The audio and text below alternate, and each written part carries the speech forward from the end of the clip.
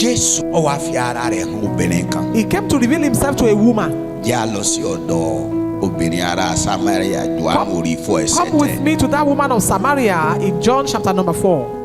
Gbọ́n tóbìnrin wí. Listen to what this woman said. Obìnrin náà wí fún un pé ọ̀gbẹ́ni. Sir, ẹni tí obìnrin yẹn rí ọ̀gbẹ́ni ni. the person that woman saw, sir, kò rí Kristi. she did not see Christ. Bó tiẹ̀ jẹ́ pé Kristi ló ń sọ̀rọ̀ Even nínú ọ̀gbẹ́ni. Even though Christ was speaking in that sir, ọ̀gbẹ́ni. sir, ẹ̀yin kan lọ ṣọ́ọ̀ṣì. some of you go to church.